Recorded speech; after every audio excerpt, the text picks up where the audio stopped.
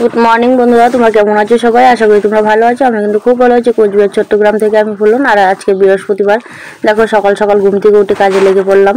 তো উঠানটা ঝাড় দিয়ে নিচ্ছি। আর ওদিকে ঘর মানে গেটটা না বারবার খুলে যাচ্ছে, হাওয়া পাচ্ছে, তাই জন্য বারবার লাগিয়ে দিচ্ছি, বারবার খুলে যাচ্ছে। তো বন্ধুরা দেখো, আমি সকাল সকাল ঘুম থেকে উঠে উঠান বাড়ি এগুলো যা যা কাজ করতে হয় ঘরগুলো ঝাড় দিয়ে দিয়েছি। এখন উঠানটা ঝাড় দিলাম। এখন চলে আসলাম পিছন সাইডে।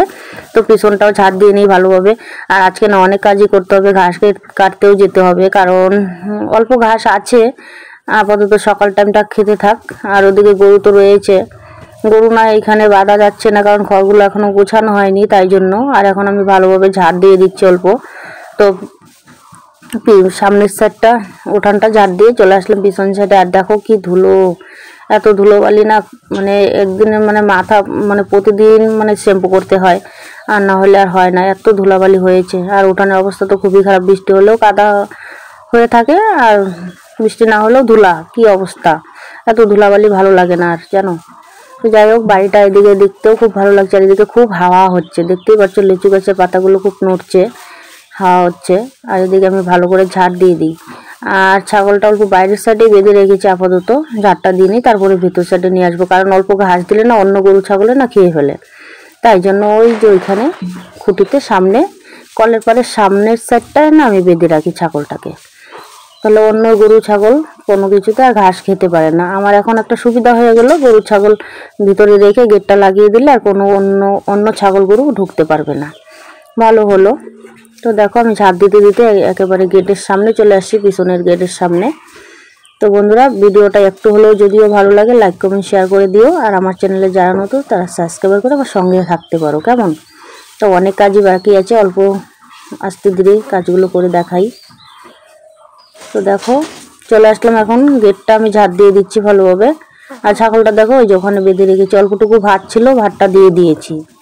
তো বাসি ভাত একেবারেই খেতে মানে এখন আর খাওয়া যায় না, ভালো লাগে না খেতে। তো অল্পটুকু ছিল, ছাগলকে দিয়ে দিলাম, খেয়ে নিয়েছে। আর এখানে বস্তায় ঘাস রয়েছে, ওই ঘাসগুলো না এখন দিব অল্প, আপাতত খেতে থাক। দেখো বন্ধুরা, আমি ওই যে ঘাসগুলো ওই ঝুড়িটার মধ্যে দিচ্ছি, কার্টুনটার মধ্যে, ওই কার্টুনটার মধ্যে আমি ঘাস দিই প্রতিদিন। তোমরা তো দেখোই, ফার্স্ট থেকে লাস্ট পর্যন্ত দেখলে বুঝতে পারবে। দেখো, আমি ছাগলকে এখন ঘাস দিয়ে দিব। আর দেখো, ছাগলের বাচ্চাগুলো এত বাজি, বস্তার মধ্যে খাবে, ওখানে কার্টুনে দিলাম, ওটা হলো না, দেখছো কি করছে একবার। আর আমি বলছি বাছুনি বাছুনি, আদর করে দিচ্ছি, বুঝতে পারলে? খুব ভালো লাগে আমার ছাগলের বাচ্চা, গরু খুব ভালো লাগে। দেখো, এখন ঘাস খেতে থাক। আর এদিকে আমি বাসন রয়েছে কিছু, বাসনটা ধুয়ে নিই, রাত্রে বাসনগুলো আর মাজিনি। সারাদিন এত কাজ করলে না ভালো লাগে না, রাত্রেও কাজ করলে রাত্র 10টা পর্যন্ত কাজ করতেই হয়। যতক্ষণ পর্যন্ত ঘুমানো না হয় ততক্ষণ পর্যন্ত আর শান্তি নেই, জানো। সারাক্ষণ কাজ করতেই হয়, কাজ না করলেও চলে না, কাজ করতেই হবে, তাই না? কাজ বাজ না করলে তো আর কেউ ভালোবাসে না, কাজ করলেই ভালোবাসে। দেখবে যে কারো কোনো লোকের বাড়িতে গেলে যদি কাজ না করা হয়, তাহলে বলবে যে বউটা না কাজ করে না, বসে বসে শুধু খাচ্ছে, তাই না? দেখো, আমার বাসন মাজা শেষ, এখন ধুয়ে নিচ্ছি। তো ওইদিকে দেখো, কবুতরটা না জল খাওয়ার জন্য খুব অত্যাচার করছে। আর ওই যে থালাটা রয়েছে সামনে, ওই থালাটার মধ্যে জল নেই, অল্পটুকু আছে। তো আমি ওই থালাটার মধ্যে না জল দিয়ে দেবো। দেখো, দুইটা কবুতর খুব অত্যাচার করছে, জল খাবে। তো আমি ওই থালাটার মধ্যে না প্রতিদিন জল দিয়ে দিই, ওই থালাটা ওখানেই থাকে। তো আমি এখন জল দিয়ে দিব। দেখো বন্ধুরা, আমি জল দিয়ে দিচ্ছি ওই যে থালাটার মধ্যে।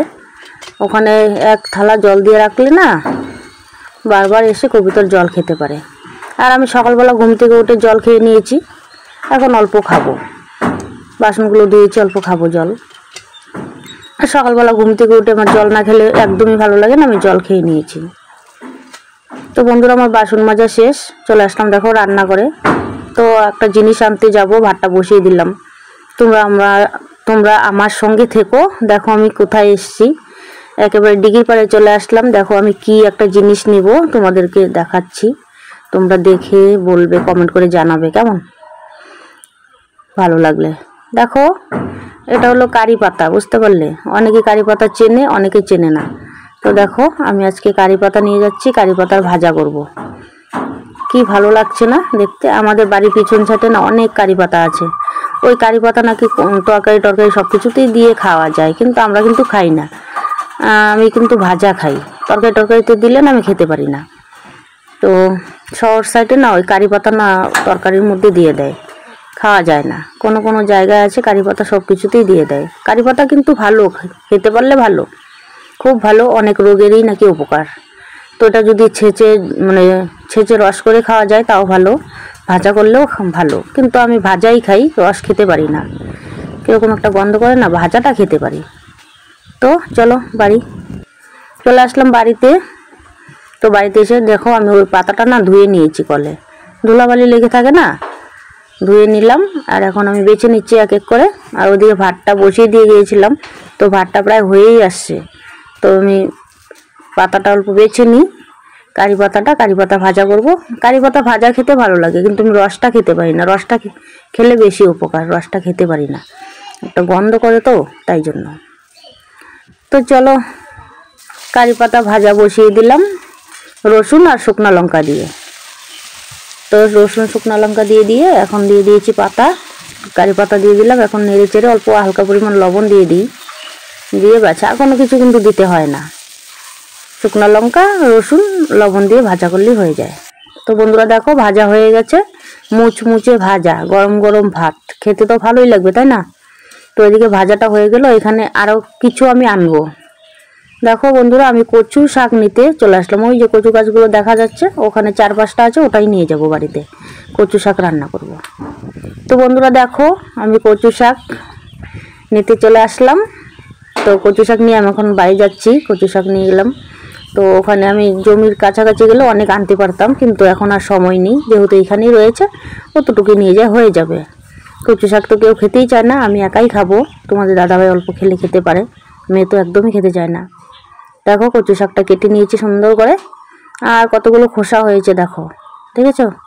কচু শাকটা কেটে নিলাম, কালো কচু খুব ভালো। এদিকে দেখো রসুন আর শুকনো লঙ্কা, হাতটা দেখো কালো হয়ে গেছে। রসুন আর শুকনো লঙ্কা দিয়ে সম্বারটা দিয়ে দিচ্ছি। আর কচু শাক যদি ইলিশ মাছ দিয়ে খাওয়া যায় বা চিংড়ি মাছ দিয়ে খাওয়া যায় খুব ভালো লাগে কিন্তু, জানো বন্ধুরা। তো আমি রসুন দিয়ে বানাচ্ছি, ভাজা শাক বানাবো, ভাজা মতো হবে, ব্যাস। কচু শাক যেরকম খুশি রান্না করলে খাওয়া যায় বন্ধুরা। দেখো আমার কচু শাক হয়ে গেছে, কচু শাক খেতে ভালো লাগবে, কালো কচু ভালো, তাই না। দেখো গরম গরম ভাত, কারি পাতা ভাজা আর কচু শাক। ছেলে কিন্তু খাচ্ছে, কিন্তু মেয়ে একদমই খেতে চাইছে না, ও বলছে ও ডিম ভেজে তারপর খাবে। যাই হোক, মেয়ে যেহেতু ভাত খাবে না, একটা ডিম ভেজে দিয়ে দিব। আর বন্ধুরা খাওয়া দাওয়ার পর আর দেখা হচ্ছে না, একেবারে খড়ের আটিগুলো গুছাবো, তখন দেখা হবে তোমাদের দাদাভাই আসার পর। তো বন্ধুরা দেখো তোমাদের দাদাভাই চলে এসে দেখো খড়ের আটিগুলো গোছানো হয়েই গেছে, অল্পটুকু আছে আর। তো বাইরেগুলো আর আজকে গোছানো হবে না। আর দেখো তোমাদের দাদাভাই এসে ওগুলো কাজ করা হলো। এখন দেখো এই জায়গাটা না আবারও নোংরা হয়ে গেল, আমাকে ঝাড় দিতে হবে। আর দেখো মোটর নেই, মোটরের পাইপ নিয়ে টানাটানি করা হচ্ছে। মোটর তো চুরি হয়ে গেছে কবের দিনে, 1.5 বছর হয়ে গেল। আর এদিকে দেখো খড়ের আটিগুলো গোছানো হয়ে গেছে, আরও কিছুটা রয়েছে বাইরে, কালকে করা হবে, আজকে আর করা হবে না। একসঙ্গে এত কাজ করা যায় না জানো।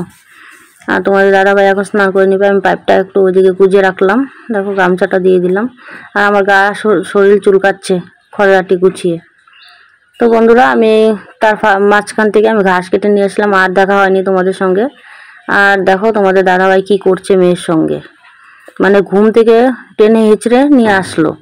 আর এখন শুধু সিদ্ধ ভাত রান্না করলাম, কি আর করবো, এতগুলো ভাত খাবো না, অল্প কমিয়ে নিচ্ছি। তোমাদের দাদাভাই খাবে না, আয়ডা করে নিয়েছে, তাই জন্য আমি কমিয়ে নিলাম, ওই ভাতটুকু আমাকে খেতে হবে। আর মেয়ে খাচ্ছে না, তাই জন্য তোমাদের দাদাভাই খেপাচ্ছে, কি আর করবে, কাজ নেই না, মানে খাওয়া দাওয়া করে আর কাজ পাচ্ছে না, আর কি করবে। তো আমি অল্প সিদ্ধ ভাত বানালাম, তো সিদ্ধ ভাতই খাওয়া হচ্ছে আজকের মতো রাত্রের খাবার। তো বন্ধুরা তোমরা ফার্স্ট থেকে লাস্ট পর্যন্ত দেখো, আমার ভিডিওটা যদি ভালো লাগে একটু হলো লাইক কমেন্ট শেয়ার করে সঙ্গে থেকো। আর আমার চ্যানেলে যারা নতুন সাবস্ক্রাইব করতে পারো, ভালো লাগলে ভিডিওটা, আর কমেন্ট করো যারা, খুব ভালো লাগে আমার।